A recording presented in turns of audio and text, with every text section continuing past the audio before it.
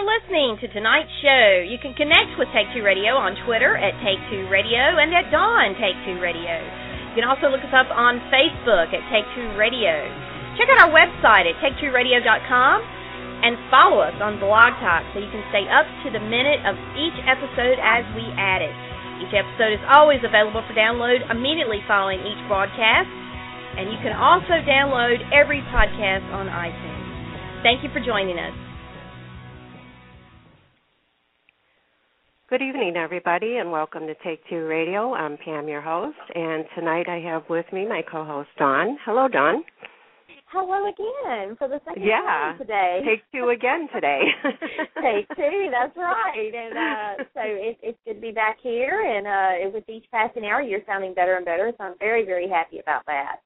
Thank you. It's going to take a while, but I'll be better. But tonight we welcome Emmy Award-winning actress, New York Times bestselling author, spokeswoman, and more, Alana Stewart. Welcome, Alana. Well, thank you so much. It's great to be with you guys. Oops, sorry. Hold on.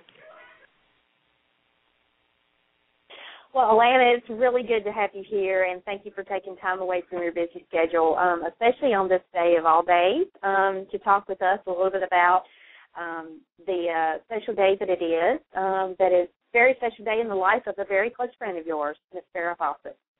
Yes, it was. February the 2nd is her birthday, and it's always, we used to spend a lot of her birthdays together and a lot of my birthdays together, but I would often give her a birthday party, and we were friends for over 30 years, and so it's always today is a very bittersweet day, obviously, since she's no longer with us. But, her memory is strong, and I do believe that her spirit is with me and all of those that she loved. So that kind of comforts me. Yeah, and I think that is always something that is good to cling to and have and know when we lose a loved one like that. And talk a little bit about how did you and Farrah come to know each other and come to be acquainted, and then in later life just very close friends. Well, we are both from Texas, and we both came out here about the same time. I had gone to New York for a year or so to model, and she had come straight out here, and we were doing TV commercials, and we would go up on the same auditions occasionally, and we didn't really know each other well. We'd say hi, and then she went on to Charlie's Angels and the red bathing suit poster, and the rest is history, and then we kind of re-met again when she started going with Ryan O'Neal, and I was married to Rod and pregnant with Kimberly, my daughter, and we were at a dinner party, and we sat together, and we started talking and just kind of really connected, and we just slowly built a friendship over the years, and that was about, I would say maybe that I know when it was because I was pregnant. It was 1979. Yeah, let's hope you remember that. Yeah. You don't forget that so easily. Right. But we just built a friendship over the years and got closer, and, then she had a son, and I gave her her baby shower, and we just spent a lot of time together over the years, and we became best friends. Well, I read your book, My Journey with Farrah, A Story of Life, Love, and Friendship, and, you did so much together, and I just can't imagine, I can't imagine in a way because, of course, I lost my mom, so the holidays and birthdays and that are not the same, with them gone. Well, it is hard because, we always are. If we were both in town, we would spend Christmases together, our family and hers, and we would always bake pies on. You probably read that in the book. Yeah, I'm sure you saw. There's a picture. I think there's a picture in there of her. We'd take pictures of each other with the pies. We would bake homemade pies, and we'd use her mother's recipe for pecan pie and my grandmother's recipe for coconut pie, and that was kind of our tradition on Christmas Eve. So it's, as I said, it's very bittersweet, those holidays, but a lot of good memories, too. Now, did you ever learn how to make those crusts by yourself? Oh my God, this is not funny. I'm still terrible. I mean, every Christmas Eve, I'm in there usually by myself because everybody's doing something on Christmas Eve, and sometimes my kids come by and for a while. But I'm always cooking like a crazy person on Christmas Eve, and so I'm always in there trying to make those crusts at the last minute and sort of cursing because I have to do it myself and saying, Farrah, where are you? That was always such a running joke with us. I'm sure she's sitting right on your shoulder telling you, come on, Alana, we know you can do it. You watched me do this for how many years? I know, and I just didn't have that artistic touch she had. She was a sculptor and an artist as well as an actress, and she was just so good at it. She just did it so... It just looked so perfect and neat and everything, and mine are kind of all crunched up, and they're not pretty, but they taste good. I was the specialist with the filling. She was the crust, and I was the filling. Well, I'm sure everybody enjoys it, no matter what it looks like, and it's probably not as bad as what you think it is. But well, as I said, it tastes good. Yeah. I wanted to say that this book, it was honest, it was heartwarming, it was funny, it was sad, but it's giving me so much more respect for Farrah as a human being and all she endured to try to conquer her cancer. I don't know where she pulled all of this strength from. I mean, that's just normally how she was. Well, she was a very strong person anyway, and a very fearless kind of person. And when she got cancer, she treated it pretty much the same. I mean, she obviously was frightened. I mean, anybody would be, but she didn't often show it.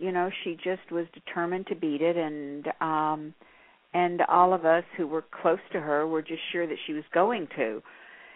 Until a certain point, and there was kind of a turning point. But we went to Germany a number of times because I knew these doctors in this clinic over there, and she got in touch with them, and they felt they could help her, and so we went to Germany 6 times during the almost 3 years that she was battling cancer, and I do believe that they did help her. I think that if she had stayed here, she wouldn't have had that much time, and so it did give her some extra time. But at one point, she was declared cancer-free, but then the cancer came back, and it was just a roller coaster. It really was a roller coaster, but her courage was inspirational.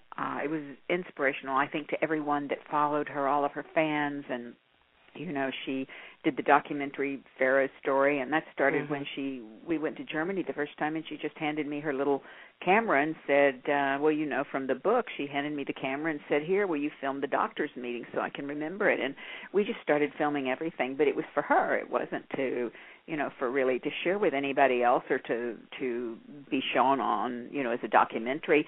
And then as time went on, people kept saying to her, you really should do this as a documentary. It would be inspirational to so many people and encouraging to so many people, because she believed she was going to beat her cancer. And when she really made the decision to air it as a documentary, she was in a very good place, and she was cancer-free, or it was in remission, let's say, temporarily, and she felt like she was going to beat it, and that's kind of why she did it.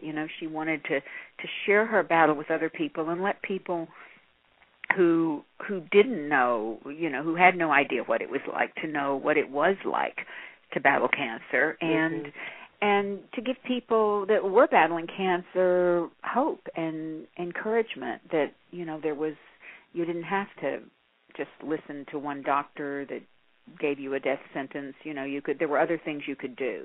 To be proactive was really her message, and just don't give up.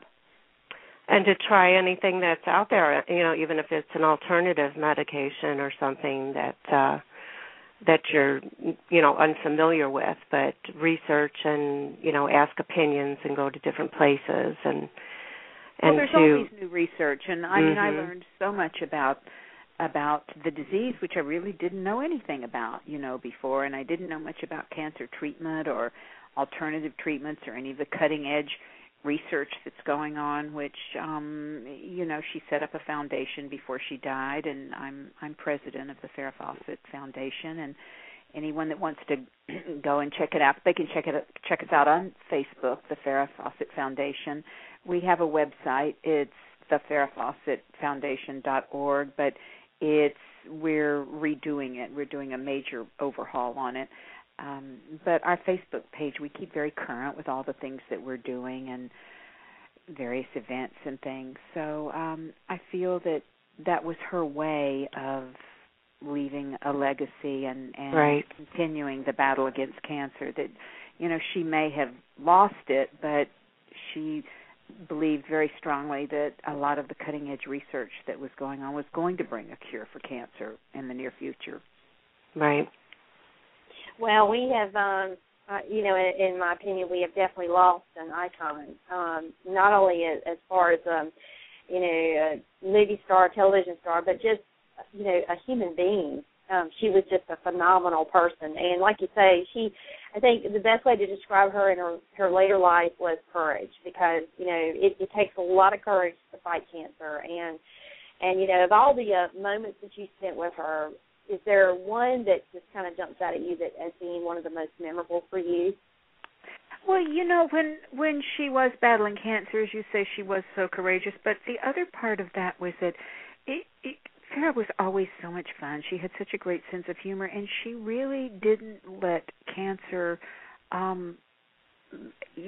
get rid of that. I mean, she didn't let cancer take that away from her, and we would be in the craziest places in Germany and she'd be going through these difficult treatments, and she would always find something to laugh about. I mean, we were always laughing, and I know it sounds crazy, but we were kind of like two girlfriends away on a vacation or something, only it wasn't a real lighthearted vacation, right. obviously, Mm-hmm. but we did find things to laugh about. We'd sit up in our room in the clinic late at night in our pajamas, and we'd giggle and watch movies and, order in pizza. And so I have a lot of those times I really remember. I mean, there was once after she had just had a very difficult procedure in Frankfurt, and we were in the back of a car driving back to the clinic, which was outside Munich, and it was about a 5-hour drive, and we had made a bed for her in the back seat of this van that was driving us, and she was lying down and kind of half asleep, and we were out in the middle of the German countryside, and we drove by one of these roadside places that you go in and eat, and they had a Whataburger, big, huge Whataburger. I remember that part. Anybody, maybe in Chicago you don't have Whataburger, but I bet you do down where you are, right, Tom? So there was this big, huge thing like a McDonald's, only it's Whataburger, and, they're big in Texas. And